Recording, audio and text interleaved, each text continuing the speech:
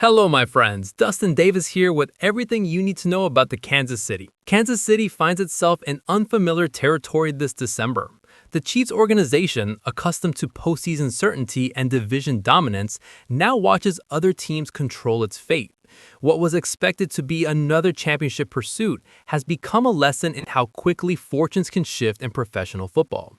The margin for error has disappeared entirely. Every mistake carries added weight. Every missed opportunity feels magnified, and the questions surrounding this roster grow louder with each passing week. The gap between preparation and results has widened in ways that defy easy explanation. This is new ground for a franchise that has known little but success in recent years. The path forward remains uncertain, and the coming weeks will reveal whether this team can reclaim what once seemed guaranteed. What happens next will shape not just this season, but possibly the direction of the entire organization. Let's check out everything that's been happening in Kansas City in the last few hours. First of all, let me take a moment to ask for your help. If you enjoy our videos, give us a like. It's a great way to keep the content going. Thanks for the support. The frustration reached a breaking point this week when Travis Kelce finally spoke out about what's gone wrong in Kansas City. Travis Kelce opened up about the emotional toll of watching Kansas City's campaign unravel, describing the past few days as particularly difficult to process. The Chiefs have been eliminated from AFC West contention for the first time in a decade. According to ESPN's Football Power Index, their postseason probability now sits at just 11%. Following a devastating defeat to Houston, Kelce initially avoided reporters but eventually shared his thoughts on a situation that may have extinguished Kansas City's playoff aspirations entirely. Speaking on the New Heights podcast, the veteran tight end expresses frustration in measured but unmistakable terms. Kelce described showing up daily, refining his technique through practice, mastering game plans, reinforcing fundamentals, and executing what coaches teach him while competing at full intensity for his teammates. In past years, that formula produced consistent success. His disappointment was evident as he explained how minor errors have compounded over time. The issue isn't effort or commitment, it's the inability to eliminate the small breakdowns that prevent everything from coming together. He emphasized that all the preparation seems wasted when the finer points refuse to fall into place, and he chose to keep his more colorful commentary off the record for the podcast's public audience. For Kansas City to qualify for the postseason, they must win every remaining contest. Additionally, Indianapolis must drop at least 2 of its final 4 games, and Los Angeles must stumble to a 1-3 record or worse in its closing stretch, according to Sports Illustrated's breakdown of scenarios. Kelce acknowledged the harsh new circumstances facing his team, particularly given their history of finding solutions when it mattered most. The current feeling, he admitted, is miserable. He noted Kansas City no longer dictates its own path forward and requires favorable outcomes elsewhere even if they sweep their remaining schedule. With the Chargers arriving next, all they can do is attack the opportunity in front of them. The roster is working to maintain its concentration and push through adversity, Kelce said. The frustration is real, but 4 games remain on the calendar. He pledged to give everything he has for his teammates who deserve that level of commitment. Kansas Kingdom, he added, deserves the same. There's still a chance to keep this season alive. Beyond the emotional toll, the Chiefs are dealing with critical injury concerns that could decide their fate against the Chargers. Kansas City has navigated a relentless series of health setbacks and absences throughout the year, making linebacker Nick Bolton's appearance on the Week 15 injury report with an illness designation another concerning development in a difficult season.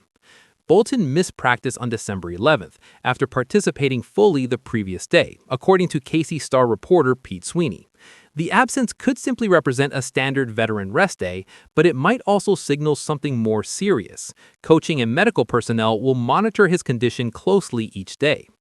The front office moved dependable left guard Joe Thuney in the offseason, partly to maintain the financial flexibility needed to retain Bolton. They followed through on that priority by securing the 25-year-old with a new $45 million deal. Reserved away from the field but authoritative on it, Bolton serves as one of Kansas City's primary leaders and operates as a defensive signal caller. Without Bolton, coordinator Spagnuolo's scheme could lose critical cohesion, a significant problem as Kansas City approaches a must-win divisional showdown with Los Angeles. Current expectations suggest Bolton will return to practice in good health on December 12th, though the organization has stressed it won't rush him back in ways that compromise his availability moving forward. It's too early to assume Bolton could miss Week 15, but if the unexpected occurs, veteran Drue Tranquill would likely move into the Mike position as he has previously. Having Tranquill on the roster provides value for multiple reasons, with his ability to serve as quality insurance for Bolton being among the most underappreciated. Not every linebacker possesses the comprehensive skill set required for the central role in a 4-3 defense. It demands clear communication, football intelligence, situational awareness, athleticism, and technical proficiency. Kansas City has many of those attributes in Tranquill, though he represents a noticeable step down from Bolton. The complication is that if Tranquill shifts over, someone else must absorb his typical responsibilities. He started 13 games in 2025, and that cascading effect of role adjustments can increase the risk of communication failures. The more personnel rotate and exchange assignments, the higher the probability of breakdowns. In essence, Kansas City is hoping Bolton is ready to return after a recovery day. Looking ahead, the front office may already be planning major roster changes to address the offensive struggles that have plagued this season. Kansas City's attack has dealt with inconsistency and some unusual errors from Patrick Mahomes this year, but one insider believes help could arrive when the offseason begins. Even if another championship run appears improbable, the organization could pursue a reliable outside weapon to rebuild for the following season. ESPN's Jeremy Fowler proposed that Kansas City needs a conventional boundary receiver and identified free agency as a probable avenue. Fowler wrote that Alec Pierce would address that requirement in Kansas City, which has lacked explosive production on the perimeter since Tyreek Hill departed following the 2021 campaign. Pierce has provided a dependable option for Indianapolis and is tracking toward the strongest performance of his career with 38 catches for 769 yards and 2 touchdowns this season. While he may not duplicate Hill's game-changing explosiveness, Pierce would supply Mahomes with a stable outside target and, Fowler contends, could fit a team operating under restrictive salary cap conditions. Fowler added that Kansas City sits much lower on available space, currently at negative $42.8 million, but roster cuts are inevitable for a team that might appear drastically different next year. He also suggested that adding an explosive running back such as Breece Hall or Travis Etienne Jr. is worth considering for Kansas City. ESPN's Dan Graziano similarly proposed that the Chiefs could benefit from offensive additions and argued that missing the playoffs for the first time in over a decade might not prove entirely harmful in the long run. Graziano believes Kansas City could address both running back and receiver requirements.